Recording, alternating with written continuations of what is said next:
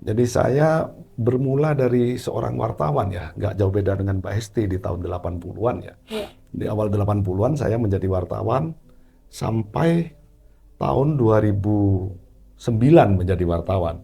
Di 2010 kami mendirikan media sendiri sama kawan-kawan. Mm-mm.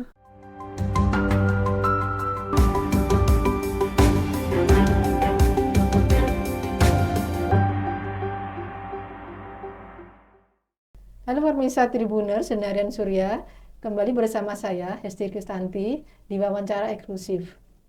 Kali ini saya bersama dengan Mas Hanan Jalil. Beliau adalah Ketua Dewan Pimpinan Daerah Partai Nasdem Kota Malang. Tapi yang mungkin orang banyak tahu dia sebagai Ketua DPD Partai Nasdem. Tetapi secara pribadi, sehari-hari, siapa beliau sebenarnya? Kita ingin mengulik lebih dalam tentang aktivitas sehari-hari beliau. Ya, halo Mas Hanan. Selamat sore Mbak Hesti. Ya, Oke. sehat-sehat Mas. Alhamdulillah wa syukurullah. Alhamdulillah sehat Mas. Ini Oke. mau running persiapan pemanasan mesin politik harusnya sehat-sehat selalu ya Mas Betul, Hanan. betul. Ya, tapi kali ini saya nggak ingin ngomong soal politik Mas, ingin yang santai-santai dulu, ngobrol soal kesehariannya Mas Hanan. Mas Hanan, kalau kita tahu Mas Hanan ini adalah sekarang ketua partai, sebagai ketua DPD Partai Nasdem Kota Malang. Tetapi sebenarnya aktivitas sehari-hari Mas Hanan ini apa? Selain ngurusi partai ini di Kota Malang. Jadi aktivitas harian saya itu saya punya pabrik batik Celaket, itu yang pertama. Ya. Yang kedua, saya punya Gesos, ada BTC ya, yang untuk BTC Gesos Syariah ya. Mm-mm. Yang ketiga, ada kos-kosan syariah BTC juga. Mm. Yang keempat, kami juga memiliki sanggar seni budaya yang bergerak di bidang jaran kepang, tari gandrung, dan beberapa karawitan lainnya. Pelestarian tari-tari dan seni Seni budaya. budaya, jadi itu kegiatan harian saya itu. Jadi mengurusi bisnis juga mengurusi pelestarian budaya yang Merawat digerakkan, ya, bukan merawat ya. merawat, Ya, ya. merawat seni budaya itu, Mbak Esti. Tapi ini mampu ditangani sendiri Mas Hanan sehari-hari. Eh, Atau ini sebagian diserahkan ke siapa untuk seni, untuk bisnis ke siapa yang menangani gitu. jadi kalau yang bisnis batik itu Nyonya Ira Hartanti, Ya. Ibu Ira Hartanti. Kalau yang seni sekarang yang pegang anak saya Gagah, yang saat ini juga menjadi anggota DPRD Kota Malang. Dia ketua Sanggar Seni Rempek Jogopati ya, yang ada di Kampung Celaket. Ya, Kalau yang Gesos sama ini saya yang ngelola bisnisnya. bisnisnya itu. Jadi keseharian saya itu dan saya cukup bahagia dengan itu. Ya, ya. Ini di luar partai soalnya Di gitu luar kan partai, sehari-hari. betul. Nah, terus kalau kita ngomong eh, Iwal dulu, kalau mungkin saya sudah lama kenal Mas Hanan, tapi orang-orang pengen tahu lebih banyak nih Mas Hanan. Mas Hanan sebelum terjun ke partai politik, sebelumnya apa? Meniti karir di apa dulu, semacam itu. Jadi saya bermula dari seorang wartawan ya, nggak jauh beda dengan Mbak Hesti di tahun 80-an ya. Iya. Di awal 80-an saya menjadi wartawan sampai tahun 2009 menjadi wartawan.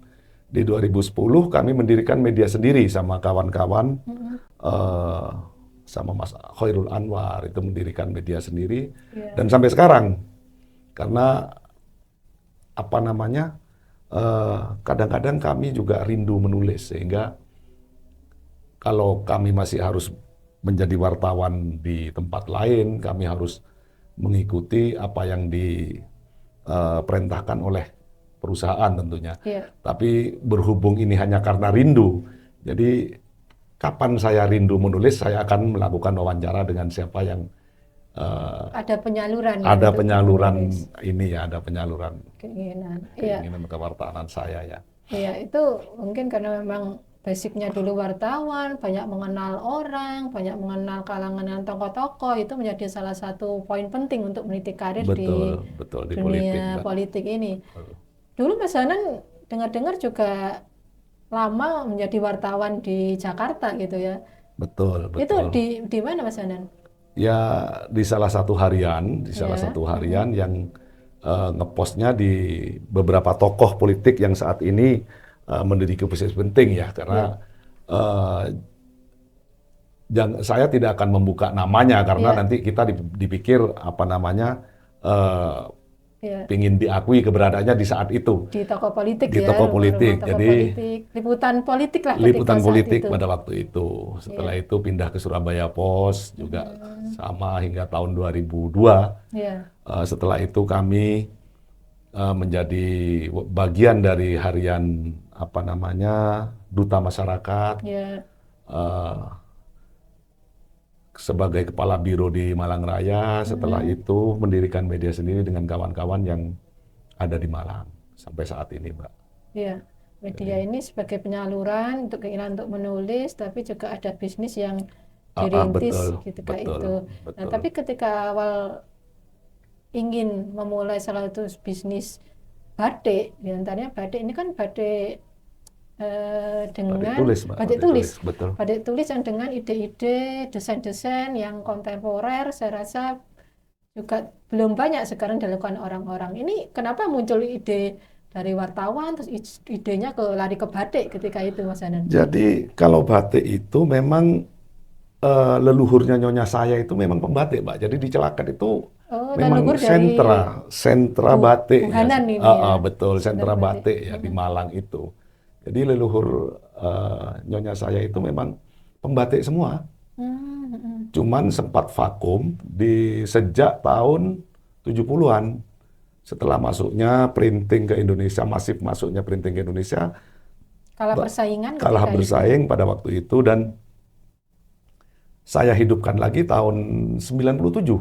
Saya coba hidupkan lagi dengan nyonya itu tahun 97. Ya. Tahun 2000 itu mati. Hmm. 2003 kita hidupkan lagi.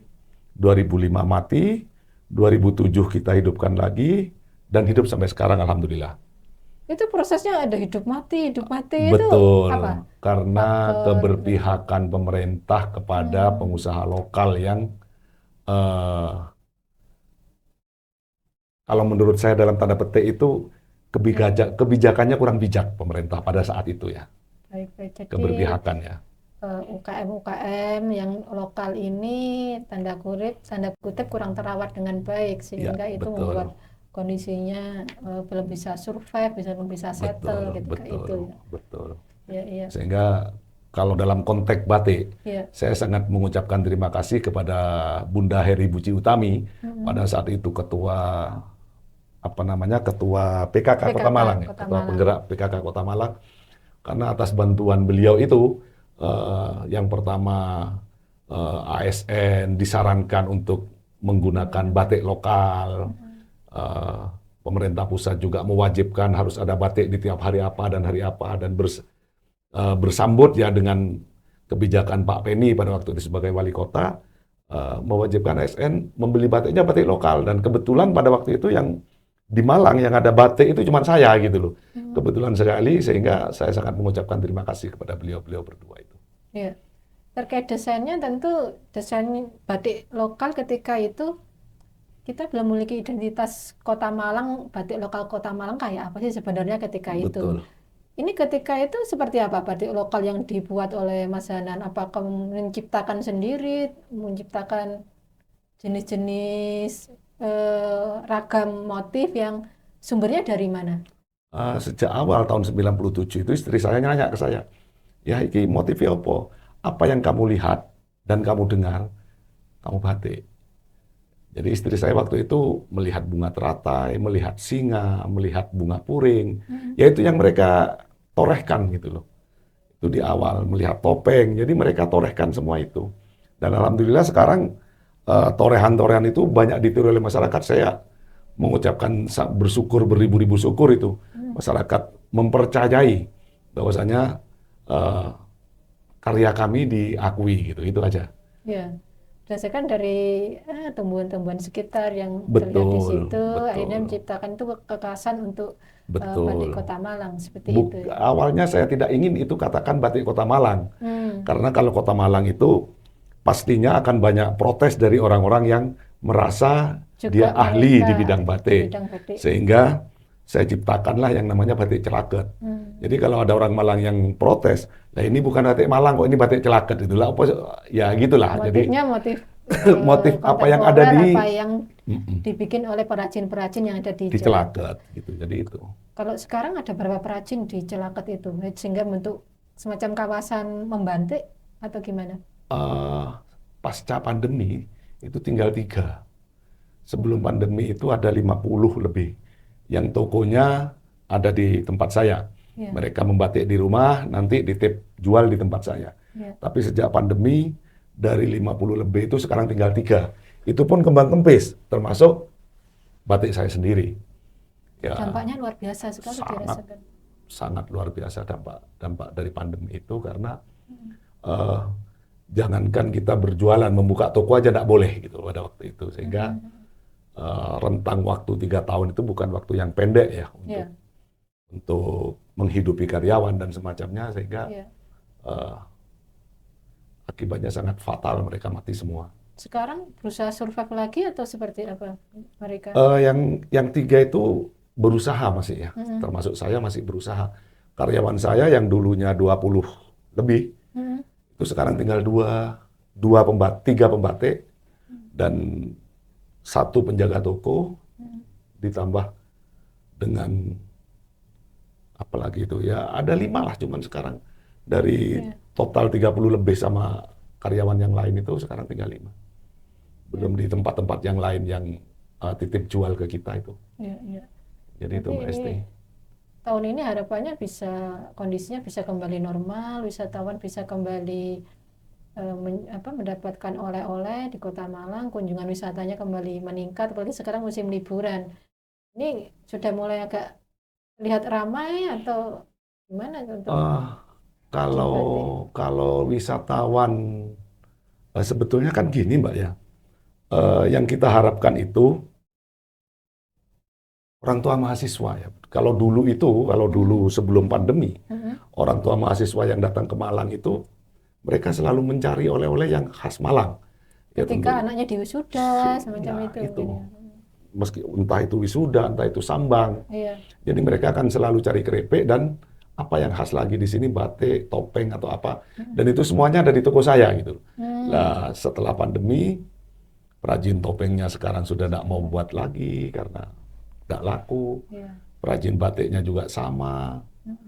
Sehingga mereka banyak yang menjadi pengojek online. Pindah profesi. Pindah profesi dari pembatik, dari Iya. pembuat topeng menjadi ojek online karena mereka harus mencari makan untuk hari ini. Jadi tidak harus menyimpan yang untuk minggu berikutnya, untuk bulan berikutnya, karena yang untuk hari ini aja mereka sulit gitu loh, Mbak. Tapi Mas Hanan akan tetap komitmen untuk tetap ya usaha ini tetap harus jalan untuk saat ini. Saya harus mempertahankan batik ini sampai generasi saya yang berikutnya. Jadi anak saya juga sekarang sudah mulai belajar membatik, sudah belajar ini. Tidak hanya Jadi, istri yang membatik, enggak, tapi anak-anak juga sudah diajarkan. Sudah kita ajari untuk mempertahankan apa yang menjadi kebanggaan leluhurnya gitu loh, Mbak. Iya. Jadi itu Mbak Esti. Jadi bisnis batik ini tidak hanya sekedar bisnis, tapi ini sebuah pelestarian untuk sebuah karya batik di kawasan Celaket, Betul, semacam itu ya. betul Mbak Esti. Iya. Betul. Jadi kami akan pertaruhkan semuanya untuk itu. Iya, iya. Mas Hanan, kalau tadi juga punya sanggar menari, ini di saat kondisi pandemi sekarang sudah normal, bagaimana minat orang untuk belajar menari? Tarian daerah ya ini ya, Tarian tradisi ya. tradisi. Tari tradisi. Di kampung saya itu semua jenis tari ada. Jadi ada sanggar jaranan ada, sanggar karawitan ada, sanggar tari modern ada. Masyarakat, terutama anak muda, mereka lebih memilih belajar tari modern dibandingkan tari tradisi. Jadi perbandingannya kayaknya 100:1 ya. Kalau mereka berminat tari-tari K-pop itu 100 orang, yang berminat untuk mempelajari tari tradisi seperti tari gandrung, tari beskalan, dan semacamnya, tari topeng, itu 100:1, Pak.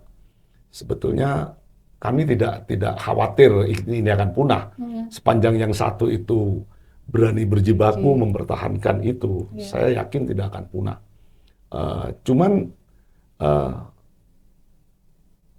ya ini aja kesalahan kita ya sebagai apa namanya pelaku seni kurang mampu menyajikan kurang mampu menyajikan seperti yang diharapkan anak-anak muda saat ini. Itu kesalahan kita. Jadi bukan kesalahan anak muda itu, tapi kesalahan kita tidak mampu beradaptasi dengan keinginan mereka. Ini warning kepada kawan-kawan apa namanya pegiat tradisi seni tradisi agar supaya melakukan inovasi agar anak-anak muda itu mulai mencintai apa namanya budaya leluhurnya tanpa harus dipaksa. Jadi kita kesalahan kita sebetulnya, Mbak. Dan bagaimana menyajikan sebuah tradisi, tarian atau kesenian itu yang kelihatan lebih modern, tidak kelihatan adanya atau lihat kuno, dan itu bisa setara dengan seni-seni yang sekarang modern itu. Betul. Sebetulnya itu PR besar para seniman ya, para seniman tradisi. Kalau kita melihat seni-seni yang sekarang lagi digandrungi oleh anak-anak muda kayak K-pop, itu dasar-dasarnya kan tari topeng atau tari beskalan atau tari gandrung. Sebenarnya mirip juga. Bukan mirip, apa namanya langkahnya itu, langkah geraknya itu dasarnya dari itu sebetulnya. Cuman mereka mengkreasikan dengan gerakan-gerakan yang dimodifikasi itu aja. Tapi kalau dasarnya ya tari-tari itu sudah. Jadi kita nggak kalah sebetulnya kalau dasar ya. Cuman kita kurang mampu menyajikan sesuatu yang wow menurut mereka gitu Mbak Estri ya.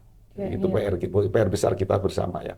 Dan itu diserahkan ke anak Mas Hanan yang notabene masih anak muda juga untuk bisa mengelola sanggar ini. Betul Mbak. Iya. Jadi usaha, ada pelestarian batik, ada pelestarian seni gitu.